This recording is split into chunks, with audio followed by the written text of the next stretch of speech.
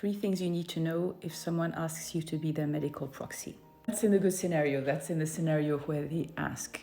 It's a good idea to ask if you're going to make somebody your proxy, to have a chat with them so that they are not landed in the situation with no warning, please.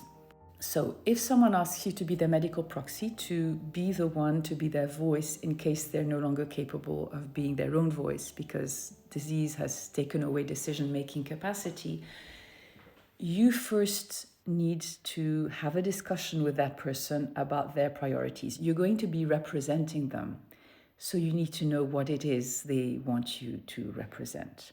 This chat is not necessarily a comfortable one, but there are 4 questions that can help you to navigate it. These 4 questions are out of Atul Gawande's book, Being Mortal, Medicine and What Matters in the End. Question number 1, tell me about your health state, where you're at, what could happen to you, what do you think could happen to you? Question number 2, what are your hopes? What would you want medicine to be able to do for you if that's possible? Question number 3, what do you fear? What do you not want medicine to do? Or what would you want medicine to sweep out of the way if it can? And the 4th question is the hardest, but also the most important. If it's not possible to have everything you hope and avoid everything you fear, what matters the most? What are you willing to sacrifice to have what else? This conversation will give you insight into the person's values and priorities. And of course, if time goes on and nothing bad happens, which is what we usually hope will happen, update the discussion, have it again, make sure that any changes you are told about.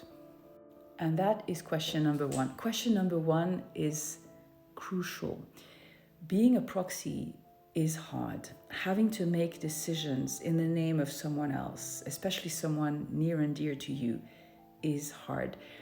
And the number 1 thing that protects people in such circumstances is the sincere conviction that they have acted in accordance with their person's wishes. So you have to know those wishes.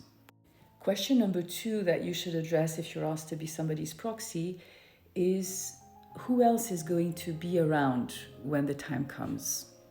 Being a proxy means that in the end you will represent the person's wishes. It doesn't mean it's not allowed to consult anyone else. Other people will know your person. Other people can have insights and good ideas. Other people can stick together with you and help you out. And together, if you share responsibility, it will be a lighter load. Also, things will be easier if you're all on the same page, but it may take a while to get you all on the same page. So knowing who the concentric circles are, who the network is, will help you to prepare and not find yourself isolated and perhaps in conflict with others when the time comes. Depending on your family structure, you being the proxy may be viewed as problematic by some others. So if that's the case, it's not always going to be, but it might be a good idea to have your person also have a chat with them and maybe them and you, so that it's clear that it's you who is going to be their voice. I had this discussion with my mother when I became her proxy because, well, first there's 2 of us. I have a sister, and also in Swiss law, the person who represents a person who's incapable of decision-making is first their spouse. And my dad was around and very much with it. And so I asked her, well, are you sure? Do you mean to say that it should be me who speaks for you? And well, for example, not your husband who is quote unquote supposed to. And I'm assuming she had this discussion, at least with my dad. And in any case, when the time came, it was not problematic in our family. But in another family, it might have been. And the 3rd question we should address if we're asked to be a proxy is, am I up to it? It's going to be emotionally taxing. It's going to be an important personal investment. Is it something I feel capable of doing? Because you're allowed to say no. You're allowed to say no to the person who asks you.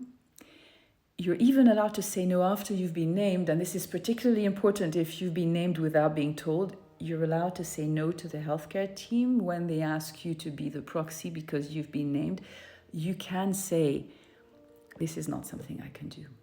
And they will find some other way. They will either go to another family member or there will be a solution. You do not have to do this, but you can. And it is an important service to someone to give them the reassurance that when they are no longer capable of speaking for themselves, there will be someone whom they trust and to whom they have explained their priorities who will step in and speak for them. Yeah.